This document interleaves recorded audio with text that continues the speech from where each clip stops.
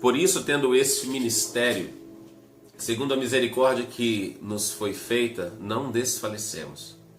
Antes rejeitamos as coisas que por vergonha se ocultam, não andando com astúcia nem falsificando a palavra de Deus. E assim nos recomendamos à consciência de todo homem na presença de Deus, pela manifestação da verdade. Que palavra forte! Mas se ainda o nosso evangelho está encoberto, para os que se perdem está encoberto, nos quais o Deus desse século cegou os entendimentos dos incrédulos, para que lhes não resplandeça a luz do evangelho da glória de Cristo, que é a imagem de Deus. Ou seja, Paulo está dizendo, eu preguei, está no ouvido de todo mundo, aqueles que não creram, porque o evangelho está encoberto, porque o Deus deste século cegou a mente e o entendimento. Porque não nos pregamos a nós mesmos, mas a Jesus Cristo, o Senhor, e nós mesmos somos vossos servos por amor de Jesus. Porque Deus, que disse que das trevas resplandecesse a luz, é quem resplandeceu em nossos corações, para a iluminação do conhecimento da glória de Deus na face de Jesus Cristo. É o Senhor quem resplandece, é o Senhor quem revela no nosso coração a Jesus Cristo. Temos, porém, este tesouro em vasos de barro, para que a excelência do poder seja de Deus e não de nós. Aleluia. Amados, o devocional dessa semana foi escrito pelo pastor Claudir, e aqui ele escreveu o seguinte no texto de hoje. A imagem do vaso que aparece muitas vezes na Bíblia, e podemos aprender muito a partir dela. Existem vários tipos de vasos feitos com os mais variados materiais. Nessa passagem, Paulo diz que somos um vaso de barro, e de fato somos, pois viemos do pó da terra. Nós somos a matéria-prima e o oleiro é o nosso Deus. Ele é quem nos dá forma, nos molda e nos embeleza. Pensemos um pouco agora, para que serve o vaso? Para que se deposite algo dentro, e para isso ele deve estar limpo, preparado. Paulo diz que dentro de nós é depositado um grande tesouro, mas não para a glória do vaso, e sim do oleiro. Irmãos, enquanto eu estou lendo aqui, meu Jesus, veio algo forte aqui na minha mente, uma reflexão a respeito do vaso. O pastor Claudir escreveu aqui, pensemos um pouco agora, para que serve um vaso? Para que se deposite algo dentro. Os vasos no passado feitos de barro, feitos de metal, feitos de ouro, de prata, de bronze, não importasse qual seja o vaso, né? Existia até as vasilhas feitas de couro, que eram os ódares. Todos eles tinham um fim, e esse fim era para servir para colocar algo dentro. O vaso poderia ser de um metal raríssimo, caro, ou poderia ser de barro, a ponto de ser quebrado e refeito. Mas, queridos, todo vaso era usado para alguma coisa. Nós estamos vivendo numa época, olha que interessante, nós estamos vivendo numa época que você vai em muitas casas e olha nas prateleiras e tem vários vasos. Tem pessoas que compram na internet ou encomendam de outros países importados lindos vasos de enfeite. Estamos vivendo numa época em que o vaso se tornou um simples material de ornamentação, um simples objeto para embelezar uma casa, mas que o seu conteúdo está vazio. E não é diferente com a nossa vida espiritual. Nós vivemos numa época em que muitos de nós estamos vazios, sem Deus e sem nada. Alguns estão cheios de coisas ruins, sim. Mas muitos estamos vazios, sem nada. Mas por fora nós somos até bonitos. Por fora somos pintados à mão. Por fora nós somos impressos numa impressora digital. Por fora nós não temos nada ou temos muita coisa. Por fora nós representamos civilizações, representamos a arte, representamos tudo. Mas por dentro vazios. O Senhor, o apóstolo Paulo aqui, através do Espírito Santo, está dizendo que nós que somos vasos carregamos um tesouro preciosíssimo que é do Senhor, mas nós mesmos somos fragilíssimos. Nós somos tão sensíveis que com uma queda nós podemos quebrar e tudo que está dentro vai sair para fora. Eu e você temos valor, sim, muito valor para o nosso Senhor e quando Ele está dentro de nós. Irmãos, as pessoas neste mundo são passageiras na nossa vida. Até os nossos familiares são passageiros. Até quando morre um ente querido, o luto fica forte por um tempo, mas depois ele vai passando. Depois sobra uma lembrança boa ou ruim, dependendo dos fatos. Mas eu e você somos valorizados por aquilo que nós carregamos dentro. E essa revelação, você que está aqui assistindo, irmão e irmã, vocês que estão assistindo, vocês que estão acompanhando esse vídeo, talvez gravado depois, o Senhor nos preparou para nos usar. O Senhor nos preparou para nos encher. E nós somos plenos e repletos e completos quando Ele nos enche. Eu ouvi ontem uma palavra de um pastor que eu achei muito interessante. Eu já tinha ouvido antes, mas parece que ontem se tornou um pouco mais forte essa palavra no meu coração. Ele estava falando a respeito do casamento. É dito por aí, eu já disse isso várias vezes, que a gente não se casa com alguém para ser feliz, né? A gente se casa com alguém para fazer alguém feliz. Não é isso que a gente diz? É bonita essa frase, eu já usei ela várias vezes. Mas ele estava dizendo o seguinte: para quem já é casado, já tem um bom tempo, já tem vários anos, sabe que quando o cônjuge está mal, dependendo do estado que ele esteja, não importa o que o marido faça ou o que a esposa faça, você não muda o estado daquela pessoa. E você talvez massageia, talvez você põe um pano quente, talvez você dá um carinho, mas quando ela se encontra sozinha consigo mesmo, ela começa a refletir nas coisas. E a plenitude não está ali. E não importa o quanto você tente, por mais bem intencionado que seja, agora eu estou olhando no melhor dos casos possíveis, você não vai conseguir ser pleno, e não importa o que o cônjuge faça. E ele diz o seguinte: nós só somos plenos na nossa essência e felizes quando nós estamos cheios de Deus.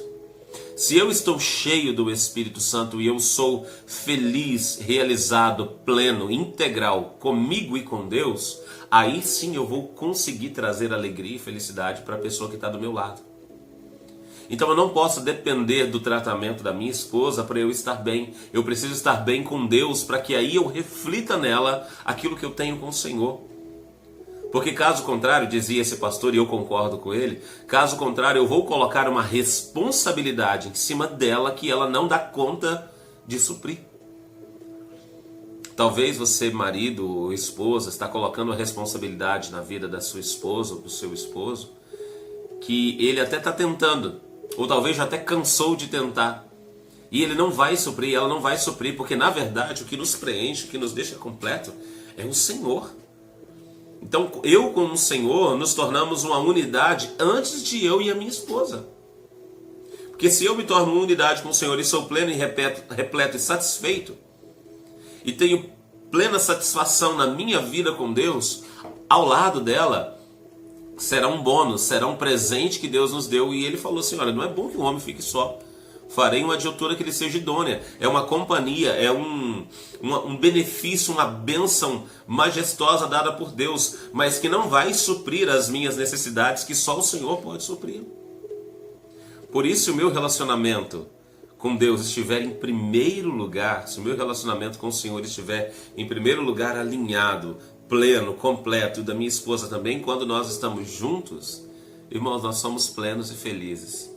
E sem a cobrança de um fazer o outro feliz, sem a cobrança de um fazer com que o outro faça coisas que talvez não sejam antinaturais. Eu achei isso interessante porque isso nos liberta de tentar fazer coisas que não estão ao nosso alcance. E quando você está pleno e cheio de Deus, você sabe exatamente como viver a dois, porque é o Senhor quem dá sabedoria. Muitas das vezes nós buscamos conhecimento fora, buscamos conhecimento em livros, e isso é maravilhoso. Eu também busco, eu tenho um monte de livros aqui atrás, tem livros aqui na minha frente. Eu estou amando leitura, não fui amante de leitura sempre, mas hoje eu tenho amado, tenho lido bastante e traz muita informação. Mas, irmãos, não importa o quanto informação eu coloque dentro da cachola, o quanto eu me preparo para ensinar, só faz diferença na minha vida quando eu estou vivendo. Só faz diferença na minha vida quando eu descubro quem eu sou no Senhor. As demais coisas vão se encaixando. E o Paulo está dizendo aqui no versículo 2 que é fortíssimo. Antes, rejeitamos as coisas que por vergonha se ocultam. Ou seja, coisas que por si só são vergonhosas e elas já se escondem. Não andando com astúcia nem falsificando a palavra de Deus. Não andando com engano. Astúcia e engano. Algumas versões, a NVI diz engano. Falsificando a palavra de Deus. Paulo está falando sobre algo consciente. Pessoas que falsificam consciente para fazer aquilo que ela mesma deseja, para satisfazer as próprias vontades. E assim nos recomendamos a consciência de todo homem. Ou seja, Paulo está dizendo, olha gente, olha como nós estamos vivendo, como nós estamos andando, vejam o nosso exemplo, sigam-nos e analisa a nossa forma de vida, a nossa conduta de vida. Eu tenho a plena consciência. Paulo já disse isso em outras palavras, que ele tinha paz na sua consciência para com Deus, né? Na presença de Deus pela manifestação da verdade. E ele repete, se o evangelho está encoberto, para os que se perdem está encoberto. Irmãos, eu sei que não importa o quanto nós venhamos pregar, algumas pessoas não dão ouvidos até que o Senhor vá até ela, né, e abra os seus olhos. Algumas são mais fáceis, mas o Senhor também já estava trabalhando. Todas elas, todos nós, precisamos da atuação do Espírito Santo. Mas algumas estão tão embebidas no pecado e na descrença, porque sem fé é impossível agradar a Deus, tão envolvidas na carnalidade, na conexão física, material, que elas não conseguem crer, porque o príncipe desse século, aquele que reina neste mundo, cegou a mente e o entendimento. É interessante, eu falei príncipe, mas a palavra do Senhor nesse versículo aqui, antes ela fala príncipe, aqui ela está dizendo o Deus deste século. Nós sabemos que quando Jesus morreu na cruz, ele tripudiou em cima do diabo, né? Só que Paulo, depois de Jesus ter morrido e ressuscitado, está dizendo que o diabo, né, o nosso inimigo, ele é o Deus desse século. E ele cega a mente e o entendimento. Ele está falando do século dele, mas continua a ser até o nosso. É o Deus deste mundo, é o Deus do presente momento. De forma figurada, nós entendemos que existem muitas pessoas com a sua mente encoberta. Por isso nós precisamos estar cheios, embebidos, como uma esponja, cheios do Espírito Santo. Para que a partir da nossa vida, o Senhor possa falar àqueles que estão endurecidos. O Senhor Jesus Cristo, a palavra do Senhor diz que Deus ia confirmando o ministério de seu Filho através dos milagres que ele fazia na terra. O Senhor orava, o Senhor manifestava a presença dele de forma curadora, libertadora, ressuscitando pessoas. E certa vez o Senhor Jesus Cristo chega para algumas pessoas e fala assim, se vocês não creem por eu ter dito, creiam pelo menos pelos milagres que eu faço. Ou seja, olha os milagres que eu tenho feito com a ajuda do Pai e pelo menos assim creiam. A manifestação dos dons também abre os olhos das pessoas para acreditar. Queridos, quando eu e você buscamos os dons espirituais, nós estamos na lição sobre os dons. Quando eu e você buscamos os dons espirituais de forma pura, simples e sincera, né, na integridade da verdade, e o Senhor resolve se manifestar através da nossa vida, é um privilégio maravilhoso. É muito bom. Mas melhor ainda é que o Senhor que está manifestando em nós é glorificado por aqueles que veem os sinais e maravilhas. Por isso que é dito na palavra do Senhor que toda honra e toda glória seja devolvida a Ele. Quando Cornélio se aproxima de Pedro e dobra o joelho diante dele, ele fala assim, não faça isso. Eu sou homem como você. Quando Daniel se dobra diante de um anjo, o anjo fala assim, não faça isso, Daniel. Eu sou conservo teu. Tudo aquilo que acontece conosco, por mais maravilhoso que possa ser, essa glória tem que ser devolvida a quem ela é de direito. Por isso nós não podemos ter medo de ter os dons espirituais, que é uma manifestação poderosa, riquíssima, sobrenatural. Isso abre os olhos do mundo. São assuntos secundários. A salvação é ainda mais poderosa. As coisas concernentes à minha vida com Deus é ainda melhor, mas o Senhor derrama dons para nos abençoar, para edificar a igreja e para tocar aqueles que estão fora.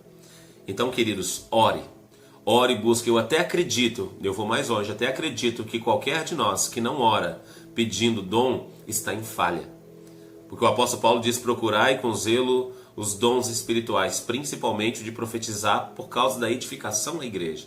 Quando eu e você não oramos pedindo dom, nós estamos em falha. Porque nós vemos a Bíblia nos ensinando a isso. É claro, o Senhor vai derramar segundo a vontade dele. Mas nós precisamos orar.